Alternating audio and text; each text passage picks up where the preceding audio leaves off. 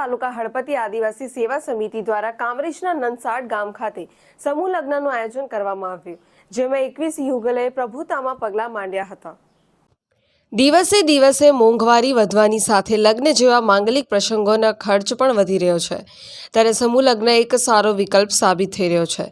ગરીબ મા બાપ પોતાની લાડકવાઈ દીકરીને પરણાવવા ખૂબ મોટા દેવામાં ડૂબી જાય છે। કામરેજ તાલુકા હળપતિ આદિવાસી સેવા સમિતિ દ્વારા સમૂહ લગ્ન કરાવી ગરીબ આદિવાસી દીકરીઓને પ્રભુતામાં પગલાં ભરવા માટે ભગીરથ કાર્ય કર્યું છે।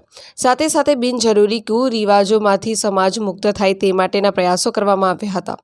વિવિધ સમાજના દાતાઓ દ્વારા નવવિવાહિત દંપતીને તેમનો નવ સંસાર શરૂ કરવા જીવન જરૂરિયાતની દરેક વસ્તુઓ ભેટ આપવામાં આવી હતી। આ માંગલિક પ્રસંગે બારડોલી સાંસદ પ્રભુભાઈ વસાવા, ધારાસભ્ય ગણપતભાઈ વસાવા, આદિજાતિ મંત્રી કુંવરજીભાઈ હળપતિ સહિતના નેતાઓએ નવયુગલોને આશીર્વાદ આપ્યા હતા। સાથે સાથે આ શુભ કાર્ય કરનાર દલપતભાઈ રાઠોડ અને તેમના સહયોગીઓને શુભેચ્છાઓ પાઠવી હતી। તાલુકામાં હળપતિ સમાજના સમૂહ લગ્નમાં જેમણે આયોજન કર્યું છે એવા ભાઈ દલપતભાઈ, ભાઈ મુકેશભાઈ, બેન ભારતીબેન અને સમગ્ર ટીમ જેમણે 21 જોડાઓનો સમૂહ લગ્નનું આયોજન કર્યું છે, તેમાં મારે આવવાનું થયું। આ પ્રસંગે હળપતિ સમાજના તમામ વડીલોને પણ મેં માર્ગદર્શન પૂરું પાડ્યું છે। હળપતિ સમાજ કચડાયેલો પીસાયેલો વર્ગ છે, એ કઈ રીતે અન્ય સમાજની હરોળમાં ઉપર આવી શકે એના માટેના અથાગ પ્રયત્નો એમણે કર્યા છે। ખાસ કરીને અમારો સમાજ જે વ્યસનમાં ડૂબેલો હોય એ વ્યસનમાંથી મુક્ત થઈને અન્ય સમાજની હરોળમાં આવે એવી પણ મેં વિનંતી કરી છે।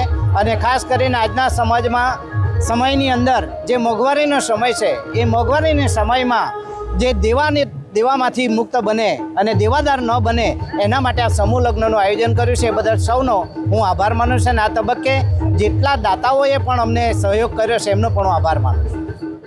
હળપતિ આદિવાસી સમાજના અમે 21 છોકરીઓના સમૂહ લગ્નનું આયોજન કરેલ છે।